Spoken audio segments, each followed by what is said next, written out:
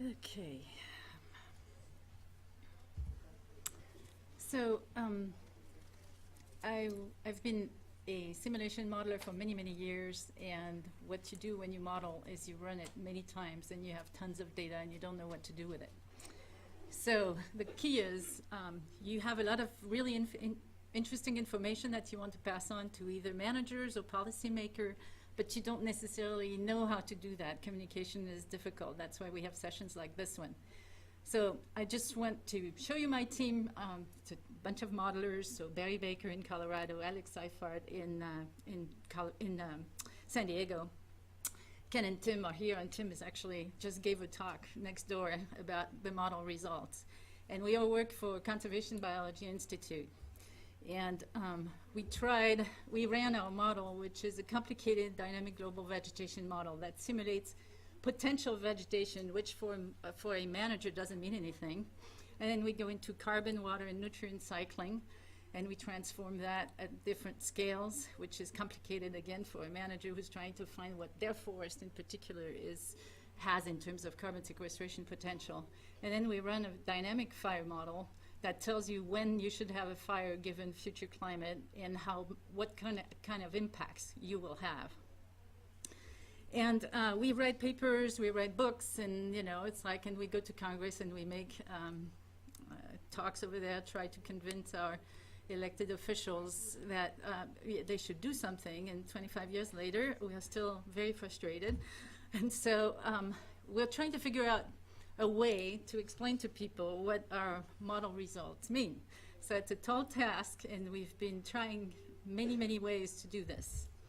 We've done workshops, we've tried to get managers to talk to us, and we actually, my team, recruited Mike Goff, who's a web developer. He's a GIS analyst, but worked with us and ended up putting together some websites, particularly for the Forest Service, and trying to manage the data and summarize it for a particular region, be them ecoregion or particular forest. So these two websites were made actually for 3 national forests, Mount Hood, Willamette, and Siuslaw.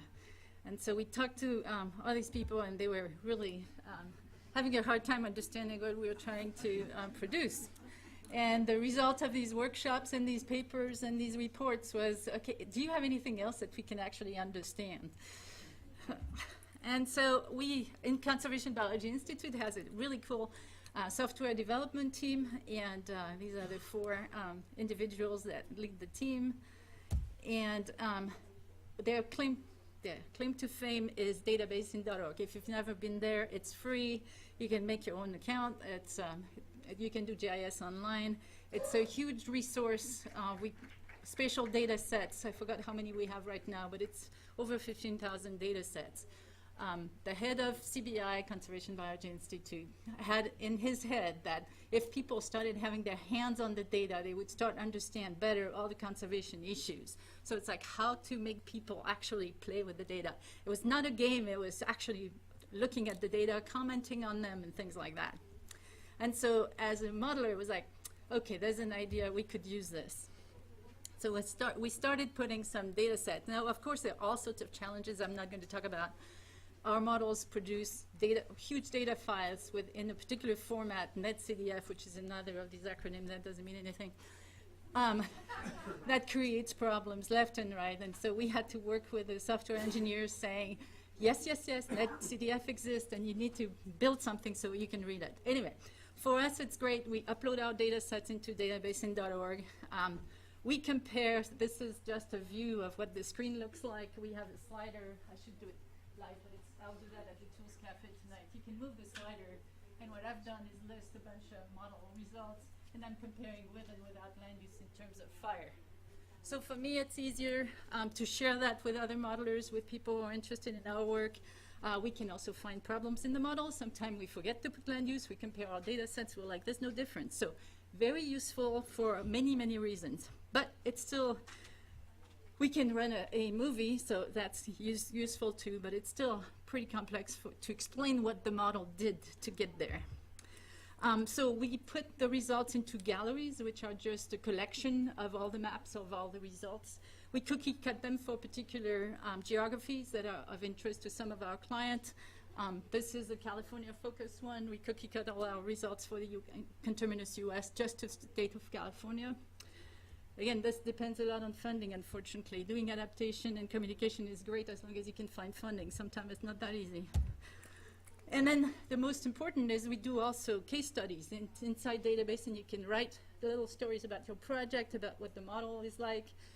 And so really useful to have people being able to read this. Of course, you know that beyond one paragraph, you're not hitting anybody. People in general don't read very much. Everybody tweets. These stories are more than 140 characters, so we lose there. But it's a good entryway into a particular project, and you can click on the galleries or data sets that are associated with a particular project, a particular theme that we've written a story about. Any one of you can do this. If you have a story, if you have data, you can upload your data, you can write your story and put it there. Then you can send the link to anybody and they can have access to it. So we feel it's pretty useful. We've been working extensively with Fish and Wildlife, US Fish and Wildlife, to put gateways together. They are conservation planning atlases is the formal name. It gives the color of a particular geography, and you can go in there, and the first time you search for a data set, it will only look into the geography of your particular LCC.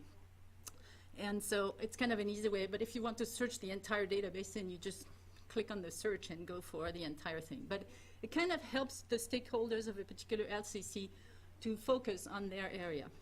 We have 21 public gateways. I think we have, I forgot how many, but over 10 LCCs that have their gateways. You can go online and find out, and they're pretty cool. And every LCC, head of LCC has a different way of presenting the data and on adding information to the gateway. In California in particular, we've been working with a group focusing on the Desert Renewable Energy Conservation Plan. And the first thing they did was put a report together, and they wanted to have a tool that would help people to log in and actually do a commenting. So they wanted comments from the experts that they had hired, but they also wanted public comments. So we put together a website where people could actually access the data that were discussed in the report and actually look at it and comment on the map. So that was very useful to them. And then we started putting some specific tools like the covered species database, which shows this. So you have the list of species for a particular area, and it tells you the federal status, the state status, and then what the actions are if you ever do something that needs an EIS, what the rules are about each species, and then the intactness of that particular piece of land you're interested in, and the distribution map of your species. So that was useful because people could see the photo of the species, which seems to be the thing that everybody said was great. The data was one thing, but the photo was more important. But they could have also all the rules associated with each species. And then we put together a survey analyst. So what we did was you could go on the website, identify the area of concern. It would tell you what species are there.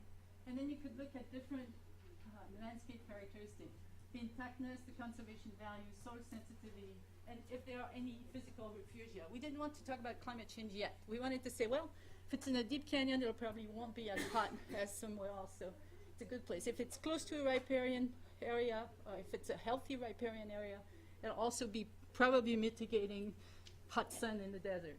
And so we started putting together decision supports so that every piece of information would be a spatial data set that you could click on and show. And then we did unions of the kind of logic models. And then eventually you would get a number that would correspond, in this case, terrestrial intactness. But every single criterion you wanted to use to make a decision was actually transparent and easily accessible. Then we started working with some of the energy companies. And instead of looking at their area and saying, this is what you're going to have to deal with, we said, this is going to be interactive. So we would have a bar. What sort of intactness do you want to deal with? You want high, you want low. Conservation value. What are the different criteria that you want to use to put your new wind turbine or solar panels? And so you play with these criteria: terrestrial intactness, conservation, number of species, corridor condition, And then suddenly when you have all this set up and you know how much, for instance, this is for wind, and you determine this is still with the solar megawatts, but anyways, it tells you exactly where those criteria are met on the map. So if you want to cite anything, these are the areas that are most likely to meet the criteria you have chosen. So pretty useful. And again, we used, Fish and Wildlife, USGS, all sorts of data. So everybody was at the table and could actually work with the energy company to actually cite these future things. And then eventually we got into climate change, and we put together this climate console. And in this climate console, you can pick the unit that you need, BLM field office, we have watersheds, we have counties, and then you click on them, and it tells you what the value of the average temperature or the average precipitation or the seasonal precipitation. We have a whole suite of variables, and then we show the uncertainty. We show also the blue point on that curve there corresponds to the climate of that particular geography that you picked, and the full extent corresponds to the entire area of the DRCP. So it gives you an idea. And then of course it's more than climate, so we show also the intactness and the refugia and things like that. So suddenly they had yet another tool to look at more than just land use. They could actually look at future climate. Of course there's caveats in this, all the limitation about models and things like that. But what we wanted to know is, are people using this, and is it useful for them to make a decision? And so I was sitting at a conference like this next to a BLM person who was telling me that this is fine, but how do you know if the managers are going to be using this? And so I said, well, give me a little bit of money so I can get an undergrad student, and then we'll start testing them. And so Melanie is an undergrad student at OSU, and she tried to do a survey, got very little response, which is normal if you read the literature. And then she started calling people, calling managers. And if you heard Kathy Delos talk this morning, she said telephone works really well, extremely well. We started by saying, we'll have an hour with you. The average call with Melanie was an hour and a half. The first half was pretty much managers telling her what they do and how that might be affected by climate. And the second half, she walked them through a bunch of data sets that were in Databasin and specific climate-related websites from the USGS, from NOAA, and some of ours, and say, what works for you? And so that works extremely well. She was recommended to other managers, so her circle of influence really increased, which was absolutely wonderful. And one of the things they asked for was short-term forecasts. So we started by putting NOAA climate divisions, and they all told us, no, it's too coarse. And then fortunately we knew John, and John said, I'm downscaling this, so we can use finer scale. So now our challenge is to use what John Bachelet is doing in terms of short-term forecast and really transmit the right information, that this is not something they can put a lot of money on. This is weather forecast. It's like if you turn on the radio or the TV and they tell you it's going to rain next weekend, what's your chance of that happening? Last weekend in Oregon, we were told in Corvallis it's going to be pouring. Well, it didn't. And we knew it, and we kind of say, yeah, the models. But to put this on the web and explain that short-term forecasts have a high uncertainty, and they are different from climate projection, that's a huge communication issue. Anyway, we received money after BLM project was over from the Great Basin LCC, and we continued asking more managers from other places in the West. And now the grad student, the undergrad student who's now becoming a grad student, is testing another climate console and putting together a tool to look more at vegetation cover, because they said, it's fine to give us climate. What we want is really impacts. So now we're trying to teach what are impacts model and trying to bring all sorts of different types of models so they have a good idea of what's out there. So CBI doesn't do just sagebrush in California. We do all sorts of things, and we do also coastal area, and we love to work with people with issues and who are interested in sharing information. And so if any of you have good ideas, and funding, that helps, but we love to write proposals with people with good ideas and good data so we can share that sort of information widely. Thank you for your attention.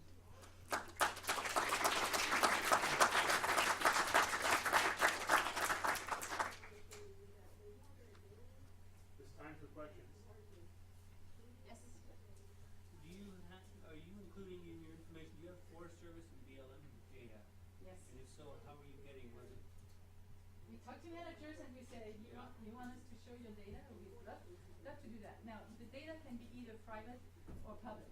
And so we can make a group within databases, and the group members can have access to private data that cannot be released to the entire public to make that particular decision about a Are job. you getting this individually from individual managers, or are you getting it systemically, consistently? We get consistent data sets from the agency, things that are public, and then we talk to managers who have specific issues about their district, and we get their data and make it to their group. We are trying to be as flexible as we can. Yes. Yes. Have you just, it's come up quite a few times when I've been talking to people about climate change.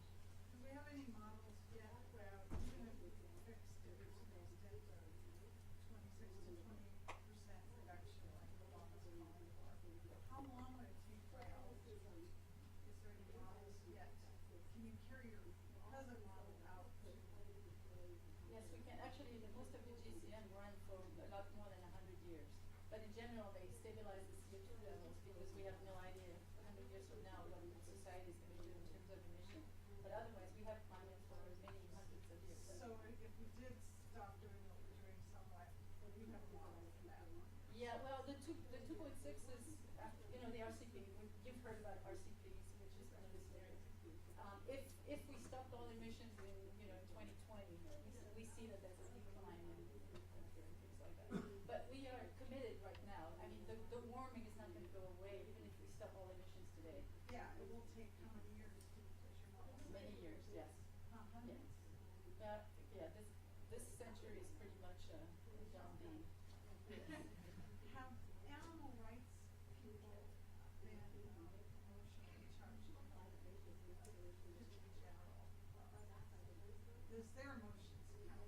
Yeah, and the problem is some of these organizations use animals as an emotional, just like I use a baby picture to kind of get it. Yeah, right. It's a trick of the trade, yeah. But anyway, so it's like a lot of people have been crying about the polar bear. I sympathize, but polar bears became white because we had glaciers, and now they're going back to their roots, and grizzlies were there before polar bears. And so it's like if you know a little bit of history, you know that change has always been part of this planet and will continue to be. And so yes, there are species we really like that are beautiful, and if we talk about viruses and what their lifeline are under climate change, people are a lot less interested. So if we could balance our judgment with that, wildlife would be really good. I have a question. You touched on uncertainty a little bit. I wonder Yes. if you can talk about that more. It's kind of the elephant in the room. Yes. So one of the things we've been trying to tell managers, well, in California, for example, Southern California, we've told them, okay, yes, the IPCC has over 30 models that you can use to look at future climate. But out of these models, there's only a handful that look at monsoon. If your vegetation and everything else is driven by monsoon, you need to find models that actually simulate monsoon during the 20th century. Doesn't mean that they're doing a good job in the 21st century, but at least they know what a monsoon is.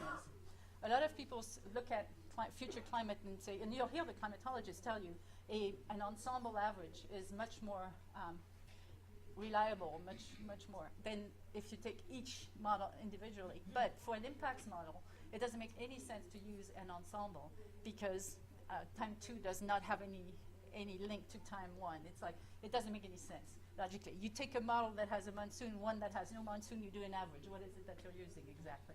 And so we're trying to teach managers that they need to pay attention to that and pick them. It's like David Rupp, for example, has done a good job at picking the 10 best models for the Northwest. And there's papers out that tell you which ones are doing a good job with ENSO, for example. So we're trying to put that into the message, saying, okay, there's a lot to unpack here, but there are basic things you need to know. And so the uncertainty, when you look at 20 model average, you have a huge uncertainty. You look at 3 models, you have some models that say monsoon, some that don't have monsoon. So the uncertainty is about as big as you want. But it still should inform you. The uncertainty has never been something that has prevented people from buying insurance against fire, buying insurance against flooding. It's like people are used to uncertainty. It's just a matter of bringing it to the front and saying, okay, it's a model. It's not a crystal ball. And we're giving you more than you have if we don't say anything. So it's, we're trying to bring new indices of uncertainty, but it's really difficult. We're working with managers specifically. They are really like percentage. You know, it's like, what's the percent chance that we'll have twice as many heavy precipitation events in 2020? So we can look at all the models and say, well, on average, this is what the average of all the models say we should have, you know, maybe 15% increase. They like that a lot more than if we tell them precipitation is going to increase by 20% monthly. What's the name of the gentleman who compiled the list of the 10 top models? David Rupp, who works with Phil Mote at Oregon State. And we work with Dan Kayan for California. Same thing for the Arizona monsoon. Last question, I think. Just real quick. Yeah. Is it possible you could go back to the slide with the undergrad with all the data sources? Unless grad students themselves have kind of that little article about using it. Yeah. And what do you want to know about this? Just to get a picture of the Oh, a picture. data sources that you listed on that slide. Yeah, sure. I tried to Okay. And I'm not a PC person, but I can help you get it. okay. This is it. Oh, perfect. Okay. To the full screen. Yeah. But there's OSU made an article about her and the different data site, and her thesis is on the Oregon State University website too. So her name is on there. That'll be really helpful. yeah. All right. And I'll be at the Tools Cafe tonight, so if you want more. Okay, thank you.